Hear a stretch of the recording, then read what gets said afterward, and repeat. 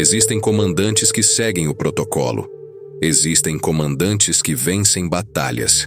E então, existe aquele único comandante que decidiu recarregar torpedos de 6 metros e 1.360 quilos no meio de um tiroteio, na superfície do oceano, cercado por 23 navios inimigos que queriam vê-lo morto. Lawson Patterson Red Ramage não era apenas um comandante de submarino.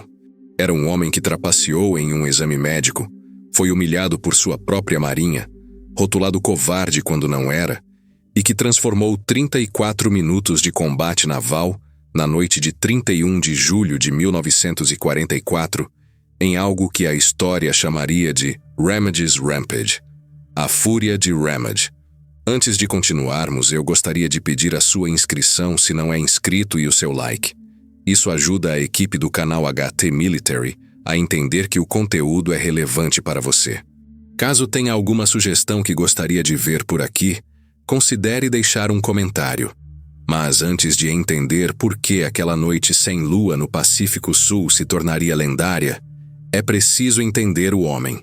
E para entender o homem, é preciso começar pelo trapaceiro. Em 1935, Lawson Ramage tinha 26 anos. Era formado pela Academia Naval dos Estados Unidos desde 1931 e servia como oficial de engenharia, rádio e navegação em contratorpedeiros. Mas havia algo que ele queria mais do que qualquer outra coisa: comandar um submarino. Então ele se inscreveu, foi chamado para o exame físico e falhou imediatamente. O motivo? Uma lesão no olho esquerdo causada por luta greco-romana no colegial. Sua visão simplesmente não era boa o suficiente. A maioria dos homens teria aceitado o destino. Ramage não. Ele saiu daquele consultório médico com uma decisão já tomada. Voltaria no dia seguinte e passaria naquele exame. Não porque sua visão melhoraria magicamente, mas porque ele iria trapacear. Instruiu 2 amigos a memorizarem linhas diferentes do teste de visão, juntou as informações, memorizou o teste inteiro e retornou. Cobriu o olho ruim, leu perfeitamente. Quando o optometrista pediu para trocar de olho, Ramage cobriu o olho ruim novamente e leu novamente sem errar. O médico, o mesmo de ontem, olhou para ele e disse: "Você deve ter tido um dia ruim ontem." Ramage concordou. Deve ter sido isso. Ele passou. Foi aceito. Tornou-se oficial de submarinos. E então veio Pearl Harbor. 7 de dezembro de 1941. Ramage estava em Pearl Harbor, servindo como oficial de som e comunicações diretamente sob o comandante de toda a frota de submarinos do Pacífico. Ele viu os aviões japoneses, viu os navios pegando fogo, viu homens morrendo queimados dentro de encouraçados que se tornaram caixões de aço. Mais da metade da frota de superfície americana estava temporariamente fora de combate. A única resposta que os Estados Unidos tinham naquele momento eram os submarinos. E Ramage, que testemunhou pessoalmente o ataque, queria vingança. Imediatamente. Foi designado ao USS Grenadier como oficial de navegação. Afundou 2 navios japoneses logo de cara e ganhou uma estrela de prata. Estava indo bem. Deram a ele seu próprio submarino, o USS Trout. Ramage finalmente tinha seu comando. Finalmente poderia se vingar pelos homens que viu morrer em chamas. Exceto que algo estava errado. Durante 3 patrulhas de guerra entre 1942 e 1943, Ramage afundou apenas 3 navios japoneses. Não por falta de tentativa. Ele encontrou dezenas de alvos, disparou toneladas de torpedos Mark 14. Mas toda vez que apertava o gatilho, os torpedos desviavam da rota ou acertavam o alvo e simplesmente não explodiam. Na segunda patrulha, ele encontrou o encouraçado japonês Kirishima, alinhou o submarino perfeitamente, disparou 5 torpedos, todos falharam. O Kirishima foi afundado depois pelo admiral Willis Ching Lee, no USS Washington, no maior duelo de encouraçados da história. Mas deveria ter sido Ramage, deveria ter sido o USS Trout. A glória deveria ter sido dele. Na terceira patrulha, Ramage estava furioso. Encontrou um cargueiro japonês, disparou 2 torpedos. Um foi completamente dude. O outro meio que explodiu, mas não causou dano suficiente. Foi quando Ramage tomou uma decisão que nenhum manual de submarinos jamais recomendaria. Ordenou que o USS Trout subisse à superfície. A tripulação saiu correndo para a ponte. Metralhadoras calibre .50, canhões antiaéreos, o canhão de 3 polegadas do submarino. Tudo começou a disparar contra o cargueiro. Ramage aproximou o submarino a 450 metros do navio inimigo e disparou 2 torpedos a queima-roupa. Explosão. Afundamento imediato. Execução naval. Depois da 3ª patrulha, Ramage foi pessoalmente até sua cadeia de comando e disse: "Esses torpedos Mark 14 não funcionam. Precisamos fazer algo sobre isso." A resposta que recebeu foi direta: "Os torpedos funcionam perfeitamente. Você é que não sabe mirar. O problema é você, não nós." Então Ramage saiu para sua 4ª patrulha. Disparou 15 torpedos. Todos falharam. Todos. E porque não conseguiu afundar nenhum navio na 4ª patrulha, foi rotulado conservador demais e removido do comando do USS Trout. A Marinha chamou de covarde o homem que havia executado um navio inimigo a queima-roupa com metralhadoras na patrulha anterior. Essa foi a ferida. Não física. Moral. Ramage estava certo sobre os torpedos. A Marinha estava errada. Mas ninguém acreditou nele até que dezenas de outros comandantes começaram a ter exatamente o mesmo problema.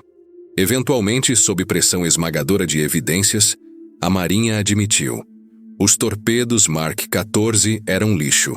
Ramage estava certo o tempo todo, mas naquele momento, em 1943, tudo o que ele tinha era uma reputação manchada e uma raiva silenciosa. Mandaram Ramage para o Maine supervisionar a construção e comissionamento de um novo submarino, o USS Parche, classe Balaou. Ele atravessou o país, assistiu operários terminando de construir seu submarino, passou pelos testes no mar, comissionou o navio e navegou de volta até Pearl Harbor. Quando finalmente voltou ao Pacífico para sua primeira patrulha de guerra no USS Parche, já era março de 1944. E tudo havia mudado. A boa notícia: os torpedos Mark 14 finalmente funcionavam. Consertaram os detonadores. Corrigiram a profundidade. Agora, quando você disparava, eles realmente explodiam.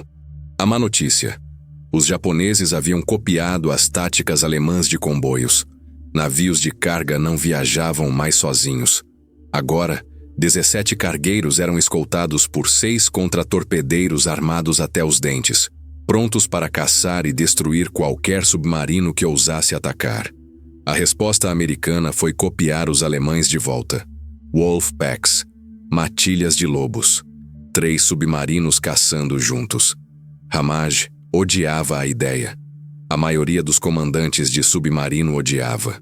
Eles gostavam de estar sozinhos, no controle absoluto, sem ter que se preocupar com outros 2 submarinos ou responder a um comandante de matilha que estava em outro submarino criando uma dinâmica de poder estranha e constrangedora.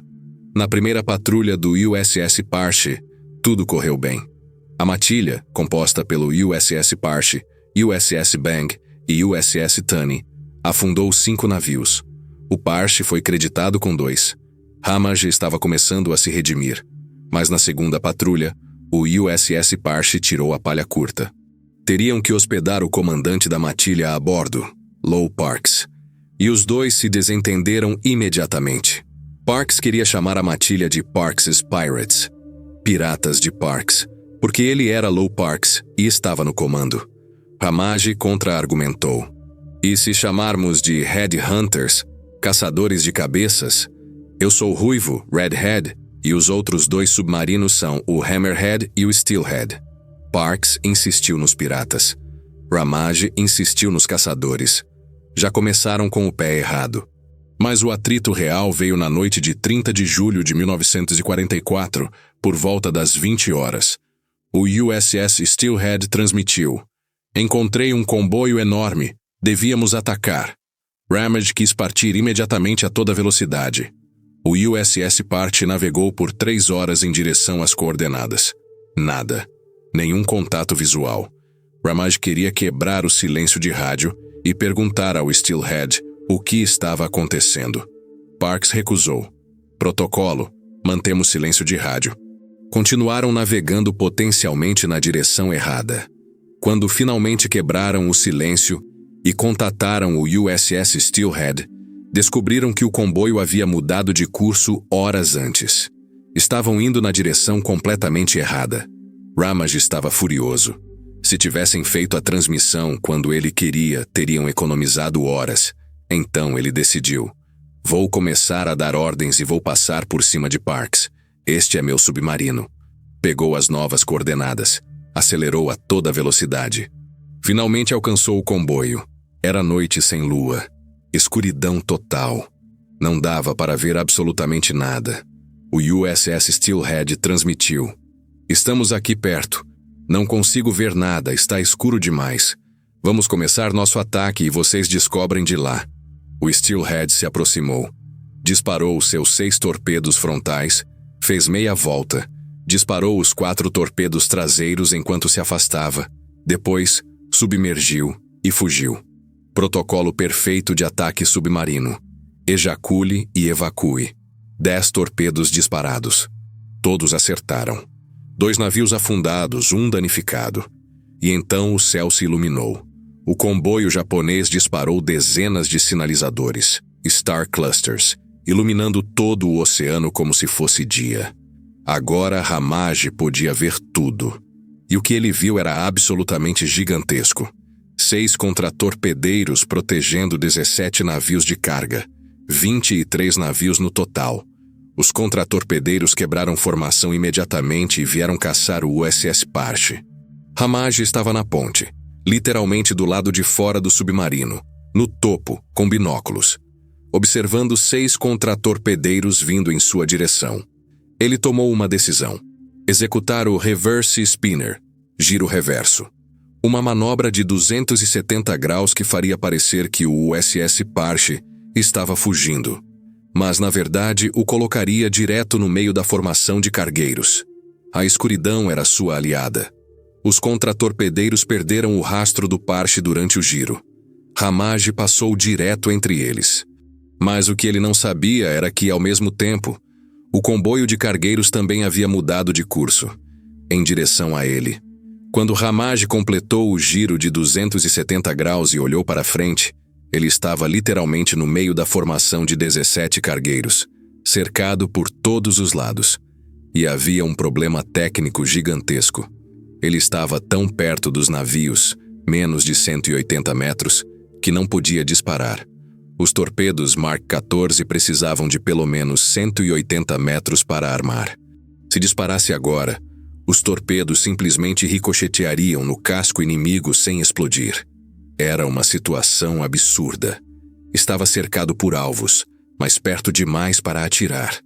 Ao mesmo tempo, os cargueiros o protegiam dos contratorpedeiros. Eles não conseguiriam penetrar a formação para atacá-lo. Silêncio estranho. Ninguém sabia o que fazer. Ramage decidiu: vou avançar, fazer meia volta e disparar em um dos navios por trás, onde tenho distância suficiente.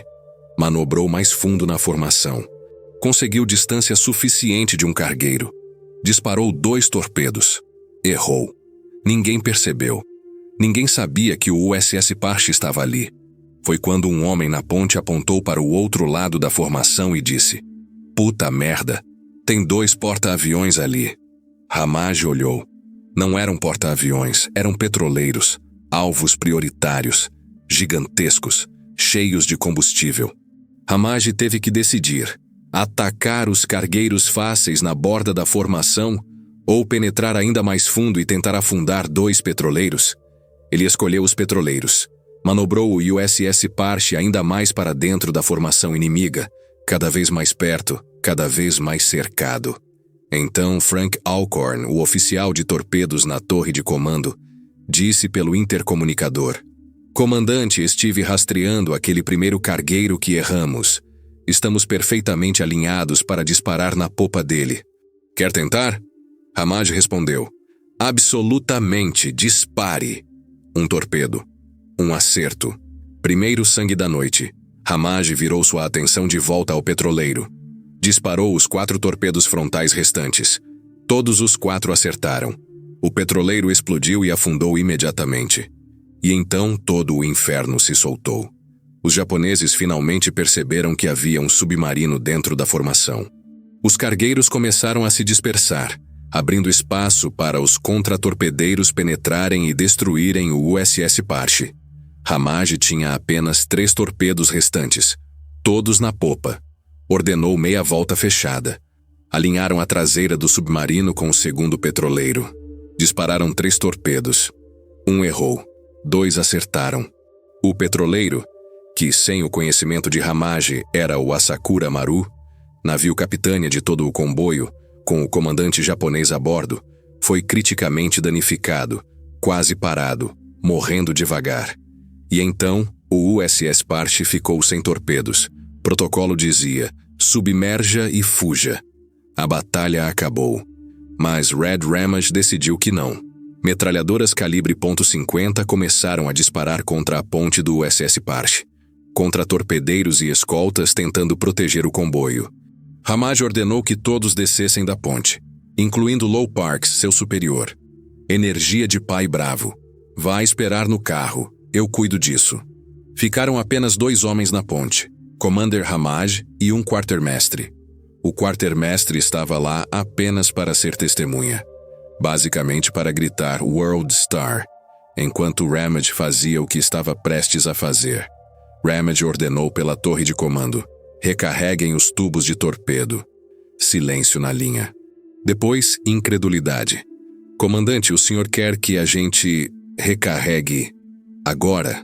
Na superfície? No meio do combate? Sim, agora. Isso era absolutamente sem precedentes na história da Marinha dos Estados Unidos. Ninguém jamais havia tentado recarregar torpedos durante combate na superfície. E havia um motivo. Cada torpedo Mark 14 tinha 6 metros de comprimento e pesava 1.360 quilos.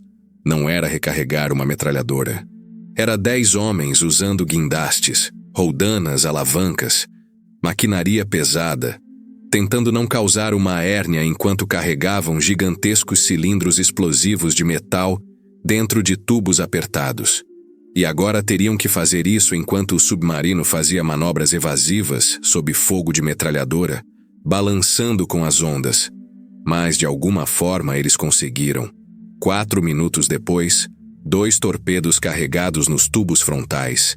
Ramaj imediatamente alinhou a proa do USS Parche com o primeiro cargueiro que viu. Disparou ambos os torpedos.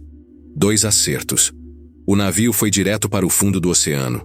Então Ramaj fez meia volta fechada e voltou em direção ao navio capitânia Asakura Maru, que ainda estava morto na água esperando. Os torpedos ainda não estavam prontos. Ele estava se aproximando cada vez mais. E então teve uma ideia. Ele trouxe o USS Parche tão perto do Asakura Maru que poderia literalmente tocar o navio esticando a mão. Escondeu-se atrás do próprio navio capitânia inimigo. Os outros navios japoneses não atirariam em seu próprio flagship. As armas do Asakura Maru não conseguiam se inclinar para baixo o suficiente para atirar no submarino grudado nele. Ramaj apenas ficou ali, esperando, usando o inimigo como escudo. Minutos depois, 3 torpedos carregados na popa. Ramaj acelerou para longe do Asakura Maru, virou à direita, alinhou a traseira do submarino, disparou 3 torpedos. O navio capitânia afundou, levando o comandante do comboio para o fundo do Pacífico. Na confusão e escuridão, os japoneses perderam o rastro do USS Parche novamente. Holofotes varrendo a superfície do oceano procurando o submarino fantasma. Ramaj estava procurando o próximo alvo, totalmente concentrado, na zona. Ele era o único homem na ponte além do quartermestre. Estava tão focado que não percebeu a canhoneira vindo direto em direção a ele, tentando cortar o USS Parche ao meio por abalroamento. O quartermestre tentou chamar a atenção de Ramaj. Não conseguiu. gritou para dentro do submarino. Vamos ser abalroados! O timoneiro Chad Stinton tomou a iniciativa. Ordenou velocidade máxima sem esperar confirmação. Não sabia para qual direção precisariam ir, mas sabia que estar em movimento faria toda a diferença. Segundos depois, Ramage viu a canhoneira. Puta merda! Ordenou máxima à direita. O USS Parche desviou a popa no último momento. A canhoneira e o submarino passaram um pelo outro lado a lado, em direções opostas. E enquanto passavam, Commander Red Ramage olhou para a torre de controle da canhoneira e tirou o boné em saudação. Puro gangster. Ramage recuperou o controle e procurou o próximo alvo, mas agora estava encurralado. Um navio de cada lado. E vindo diretamente em sua direção, em rota de colisão frontal, um enorme transporte de tropas. Se colidissem, o USS Parche perderia. Ramage desacelerou o submarino, comprando tempo desesperadamente. Seus homens carregavam freneticamente os tubos frontais. Conseguiram 2 torpedos no último momento. Ramage disparou imediatamente. Ângulo péssimo. Disparar na proa de um navio. Menor área de impacto. Completamente desaconselhável. Mas era a única opção. Ambos os torpedos acertaram. O transporte de tropas parou imediatamente. Morto na água. Isso deu a Ramage espaço suficiente para atravessar a brecha, escapar da formação inimiga. Enquanto cruzava a linha central do transporte, fez outra meia volta à esquerda, alinhando a popa enquanto seus homens carregavam um último torpedo. O USS Parche acelerou para longe do comboio japonês, ganhando distância. Disparou aquele último torpedo. O transporte de tropas afundou, levando mais de 5.000 soldados japoneses a bordo. Mais da metade morreu no mar. Nesse momento, o USS Parche estava definitivamente escapando. Os contratorpedeiros tentaram persegui-lo, mas era tarde demais. Ramage estava prestes a descer da ponte para submergir quando um dos contratorpedeiros usou luz de sinalização para enviar uma mensagem em código Morse. Quem é você? Qual é o seu nome? O quartermestre perguntou. Por que eles querem saber seu nome? Ramage respondeu calmamente. Porque os oficiais deles vão ter muita papelada para fazer. Desceram da ponte. O USS Parche submergiu. Desapareceu na escuridão. 34 minutos de combate. 19 torpedos disparados. Dano ao USS Parche. Virtualmente 0. Quando o USS Parche voltou a Pearl Harbor, a história inteira já havia se espalhado. Estavam chamando de Ramage's Rampage, a fúria de Ramage. O contra-almirante Charles Lockwood, comandante de toda a força de submarinos do Pacífico, os recebeu pessoalmente no cais. Creditou o USS Parche com afundar 5 navios inimigos, totalizando 34.000 toneladas. Mais tarde, um comitê, composto 100% de pessoas que não estavam lá, decidiu que Ramage provavelmente só afundou 2 navios durante aqueles 34 minutos onde disparou 19 torpedos a queima-roupa. Coincidentemente, era o mesmo tipo de comitê que havia insistido que os torpedos Mark 14 funcionavam perfeitamente e que todos os comandantes apenas tinham péssima pontaria. Mas todos que estavam lá sabiam a verdade. Commander Lawson Patterson Red Ramage recebeu a Medalha de Honra e se tornou o primeiro comandante de submarino na história dos Estados Unidos a receber a maior condecoração militar do país e sobreviver para contá-la. Mas Ramage não aceitou a medalha como sua. Ele sabia que aquela noite não foi sobre um homem, foi sobre uma tripulação. Então ele fez certificados e distribuiu um para cada único homem a bordo do USS Parche. O certificado dizia: o comandante deseja enfatizar que a Medalha de Honra foi aceita do presidente dos Estados Unidos como tributo da nação a um navio de combate e sua tripulação corajosa. Ele sente que todo oficial e homem cuja cooperação leal e assistência habilidosa contribuíram para o sucesso do USS Parche tem uma parte igual nesta condecoração, que ele mantém em confiança para vocês com orgulho e respeito. Atenciosamente, L.P. Ramage, o homem que trapaceou em um exame de visão. O homem que foi chamado de covarde quando estava certo. O homem que foi humilhado por sua própria marinha, enquanto lutava com armas que não funcionavam. Esse homem se tornou uma lenda porque decidiu que 34 minutos de combate valiam mais do que uma vida inteira de protocolo. Lawson Red Ramage não venceu aquela noite porque seguiu as regras. Venceu porque sabia exatamente quando quebrá-las. Recarregar torpedos sob fogo não estava em nenhum manual. Esconder-se atrás do navio capitânia inimigo não estava em nenhum manual. Tirar o boné para o inimigo enquanto escapava definitivamente não estava em nenhum manual. Mas funciona se você for Red Ramage. E funciona se você tiver uma tripulação que confia em você o suficiente para carregar 1.360 quilos de explosivos enquanto metralhadoras disparam contra a lateral do seu submarino. A guerra acabou. O Japão se rendeu. Hamage voltou para casa. Viveu até os 81 anos. Morreu em 1990. Mas naquela noite de 31 de julho de 1944, cercado por 23 navios inimigos, sem torpedos, sob fogo pesado, Red Ramage olhou para o caos ao redor e decidiu: não vou fugir, vou recarregar. E isso fez toda a diferença. O silêncio que fica não é sobre a batalha, é sobre a escolha.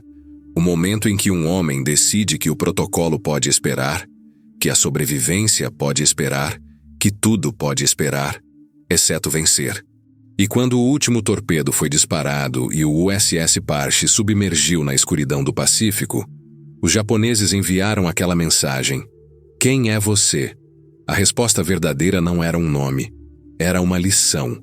Não toque nos navios da América, nunca.